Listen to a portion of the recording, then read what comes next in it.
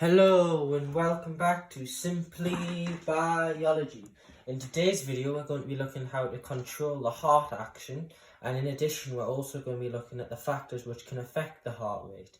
So we're going to be looking at the SAN node, the AVN node, and we're also going to be looking at the different pressure changes within the heart and how an electrical impulse is stimulated and how that can cause both atrial systole and ventricular systole.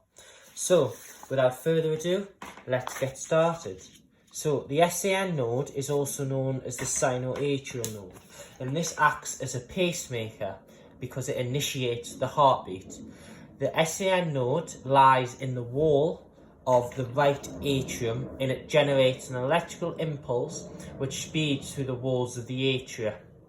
This impulse speeds through these walls and causes the contraction of the atria, which we all know as atrial systole. So, what happens is the node and the atrioventricular node, after a short delay, picks up the impulse.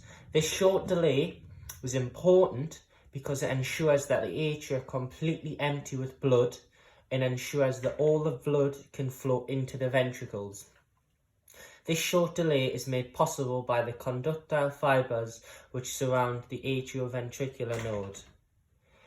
Then, the atrioventricular node passes the impulse onto the bundle of His. These are an area of conductile fibres. This impulse is then relayed onto the Purkinje fibres, which carry the impulse to the apex or the top of the ventricles. Now remember, the atria are on the top of the heart and the two ventricles are at the bottom of the heart. This initiates what's known as ventricular systole, where the two ventricles contract and blood is forced out of the two atria, which, if you remember, are the aortic arch out of the left ventricle and the pulmonary artery out of the right ventricle. Then, we have factors which can affect the heart rate. We have 5 factors that we need to be aware of. These are age, inheritance, diet, smoking, and lifestyle. Age. As you age and get older, your heart rate usually decreases. And this is why adolescents and young infants often have resting heart rates at around 100 to 120 beats per minute.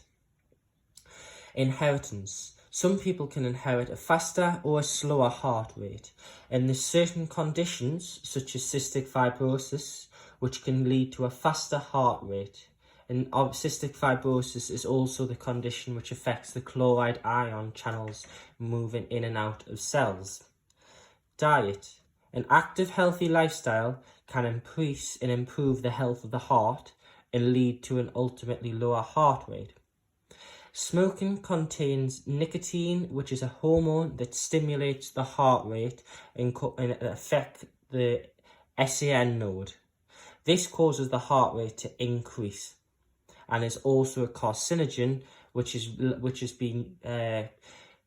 can promote cancer, and especially lung cancer. Lifestyle. So the more active lifestyle you live, this leads to a lower overall resting heart rate, because of a process known as cardiac hypertrophy.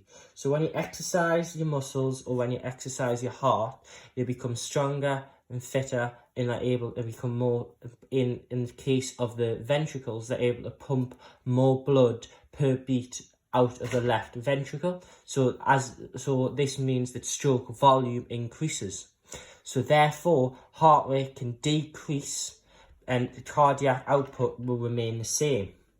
However, a sedentary lifestyle is a lifestyle which is not high in exercise, and this can lead to a higher resting heart rate because obviously the heart is less efficient at transporting and moving blood throughout the body.